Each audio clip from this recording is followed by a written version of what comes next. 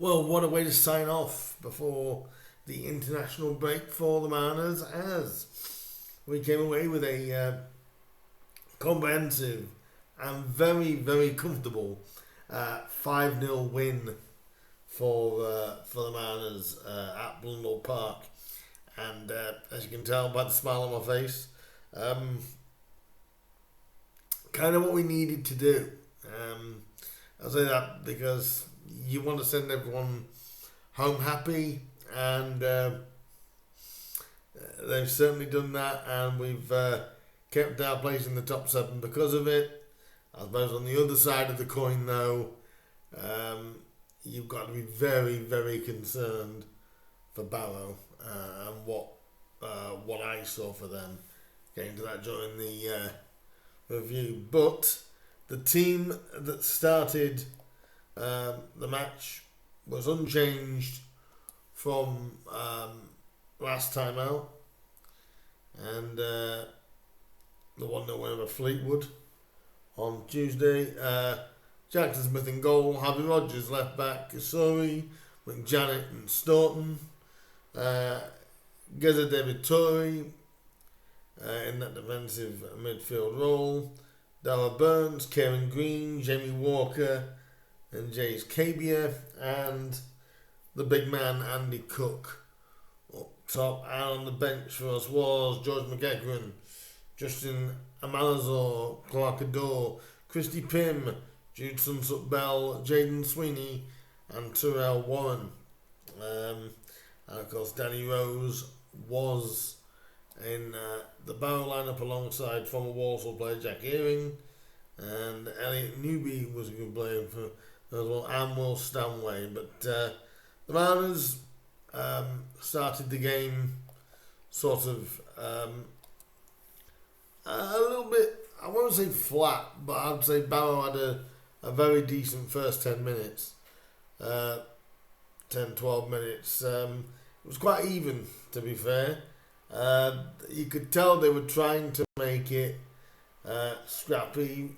Rosie for them tried to do a few bits and bobs, which he did. They had a good early chance, which their player didn't take. But Jackson was forced into a very, very early save, which he made good. It was a save he felt like he would have had to have made, or should have made, and did. And after around about 15 minutes, the Mariners started to get a grip on the ball, started to play the ball around nicely, trying to get the ball sort of out wide as much as we can. Again, the only flaw you would say is that the man himself, Mr. James Cabia, he's not a natural winger, but I don't think it mattered much today at all, because the first goal came after 17 minutes, after a couple of minutes of dominant play by the Mariners, and it was some nice play down what would have been my left hand side, going towards the pontoon and the old Barrett stand type thing, or Young stand, and swung it a beautiful ball in by Dara Burns. Absolutely beautiful ball. It looked like he was aiming more for Cabia, but it went just away from Jason. Andy, being where it was, right on his bonce. Right on his bonce. Can you literally get it any better than that? Just twisted his neck just a little bit just to get that extra bit of direction on it, and smack in the back of the net. Andy Cook with the opening goal, and I would say the floodgates started to open not long after that.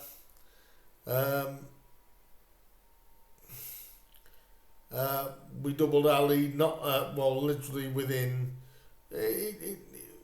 literally before half time. I was going to say within 10 minutes, it wasn't, it was a bit longer. But obviously one sort of disappointment is that we have had two players injured today. But before we go into that, we did convert the second goal, which was just before the break. It was a great counter-attack, which quick break-up play by Tory, really, and found Kabia. Kabia did a beautiful run, got close to the byline, and a beautiful ball in by Jays. Found Green, who sort of like he semi-volleyed it and struck it. It was a beautiful finish by Greeny, and right into the net. No stopping that by Stanway, that was for sure. And it was 2-0 at half time, and you could tell after that second goal by the Mariners, the game was pretty much done then. Because I think Barrow, you can see what a mess, and I mean that with all due respect, but you can see what sort of mess Barrow are in. And going in at 2-0, you're thinking, you know, you want to turn this into dominance. Unfortunately, in the second half, just before we go into the goals, in the second half, it well, just before that goal, in fact, Jamie Walker had to be subbed. Looks like he's done something to his elbow, and it was confirmed by David Artell. He's done something to his elbow. I did see him go down initially. Wasn't sure why, but obviously, you know, the big man, the big beautiful Scot, does not go down easily. He did try and play on, but it was around about after 20 minutes, and he went off in 36 minutes just before our second, and you're thinking on came George McEachran to replace him, and you're thinking it's hopefully the injury's not too bad. Artell said he'll probably get an X-ray to see exactly, or scan whatever's needed to find out what the problem is. Hopefully it's just a little bit of nerve damage. Apparently can't straighten his arm out, so we'll have to wait and see what comes of that. Hopefully not too serious. Like I said, McEachran came on for him, and second half was pretty much all Grimsby. Everything was Grimsby, and I wouldn't say we're dominant in the way of chances in challenging Stanway too much, but we're always dominant with the ball. We put some lovely balls in, some trying to get, you know, that lovely passing rhythm that we've got. We were getting that together. It was kind of a joy to watch. But then we did score the third goal, and it came from the boot of Kabia, of course. Got his first of the day, and it was a great play. It was assisted by George McEachran. Of course, it was a great ball through by George, and as it says here, Kabia slotted it past Stanway with very little concern. He was on just sort of on the edge of the box really, and slotted it past Stanway, like, you know, he may as well have been standing away. But that was 3-0, and you're thinking, well, that was most definitely game over then after that, and there was no real concern of that. But then, unfortunately, another injury occurred to Mariners. The guy that came on for George McEachran, the guy that replaced Jamie Walker. He then got an injury around about 75 minutes or so. And you're thinking, it's funny how Artell was saying in his pre-match just about the international break that you don't want to get, you might get injuries to the midfield. And ironically, the game after, we do get 2 injuries in the midfield. So, but McEachran was replaced by Sweeney on 79. So that's disappointing. Apparently, the Barrow player came in very late. From where I was in the ground, I couldn't quite see what had happened, but I did see, obviously, George down, and obviously that's never good to see. But it took us till, but we were dominant. We were dominant throughout. We had some more great balls in the box. Clark Adore did great when he came on. I thought Clark was probably one of the standout players, subs that came on. He really did make a difference, as did Justin Amalazor when he came on. But the man has made it 4 on 87 minutes when a beautiful ball swung in from a corner by Reece Stoughton. Some of the best delivery I've seen has been by Reece this season, and what a bullet header by Greeny to get through all those bodies and get his head right on the corner and to score his brace for the day on 87 minutes to make it 4-0. And like I said, hopefully, just going back to the George McEachran injury, hopefully that isn't too bad either. But like I said, it's just strange that we get 2 midfield injuries, and I suppose in a way Artell got proven right. What if you get a couple of injuries in the midfield? So hopefully they're both not too bad. And hopefully we'll see them in a couple of weeks. And we finished off what you would say an absolute rant, which it was when Jays, there was some good play again down the right from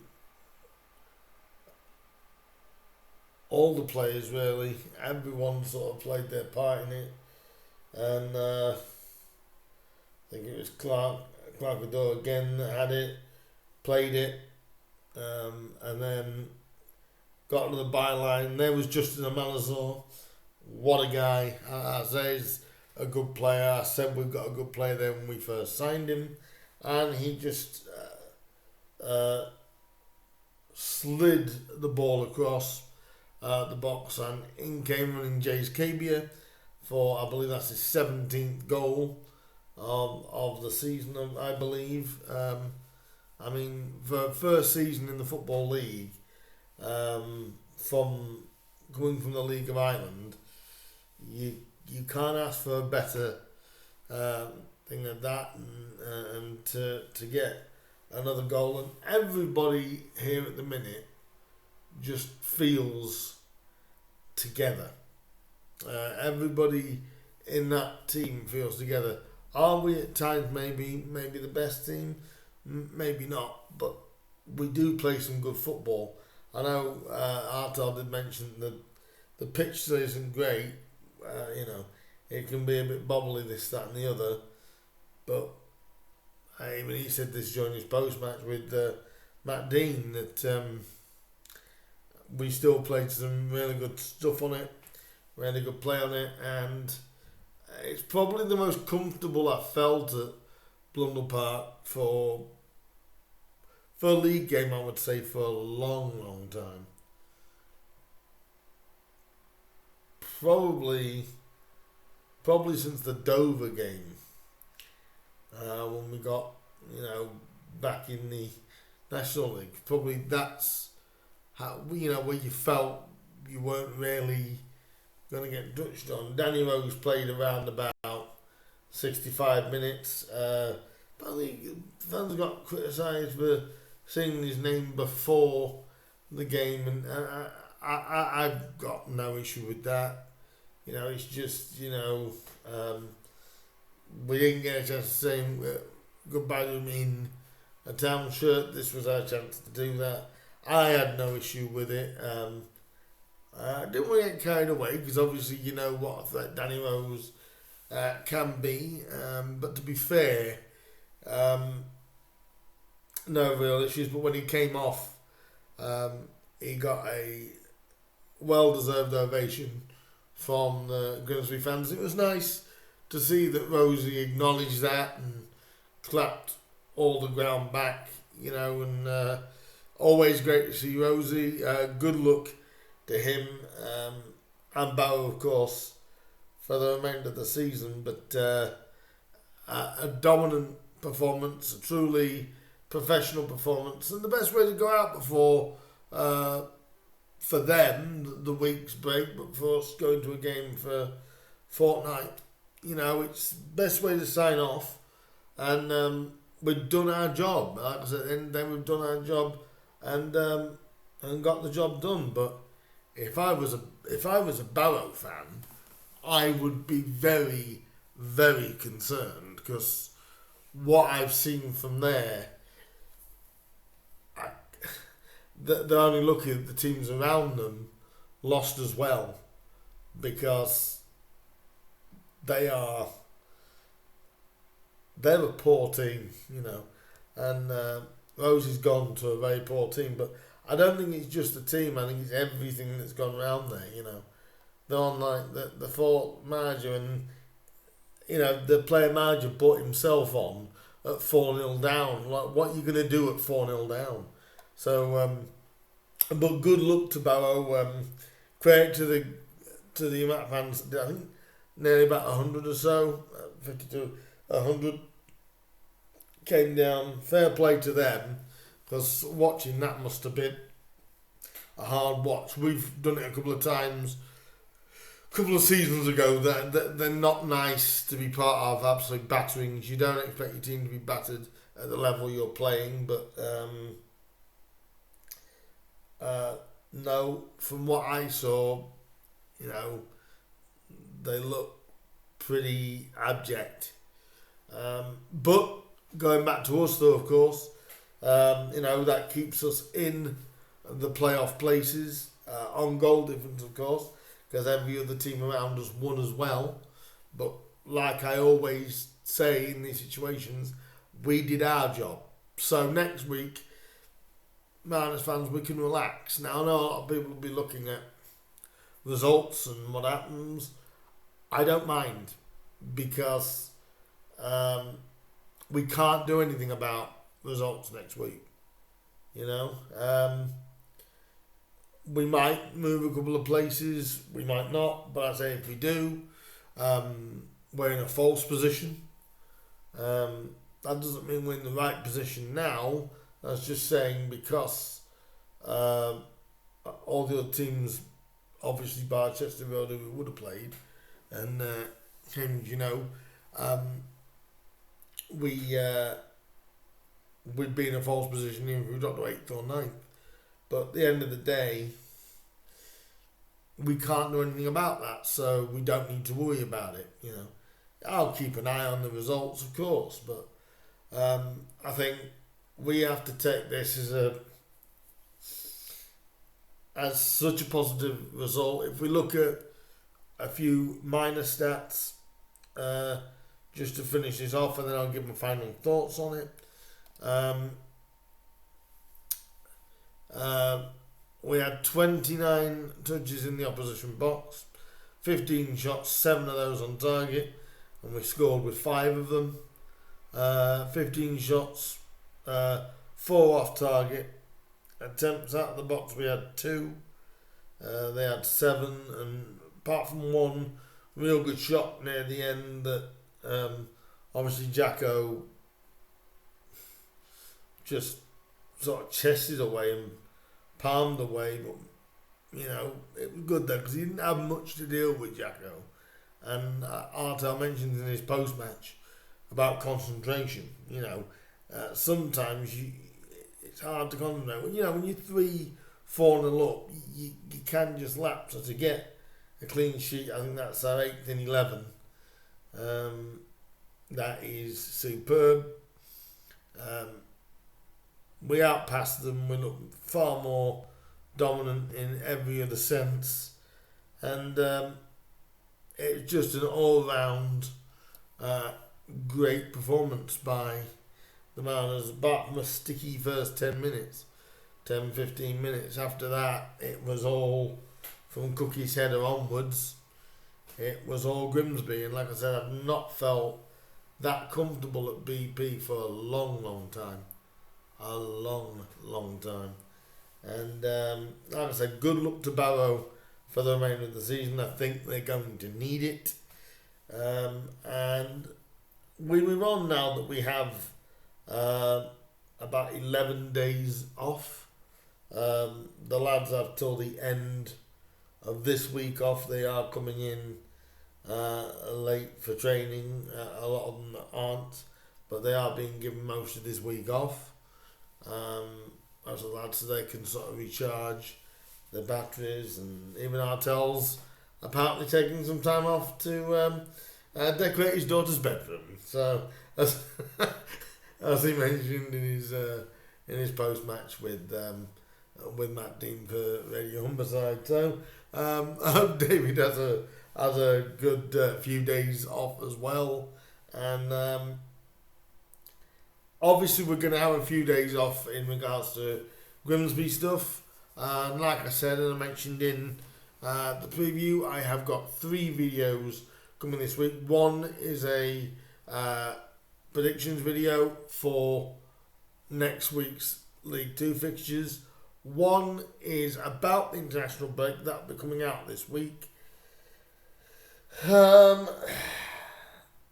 know, do we think, you know, it's about time that the international break was now a blanket one?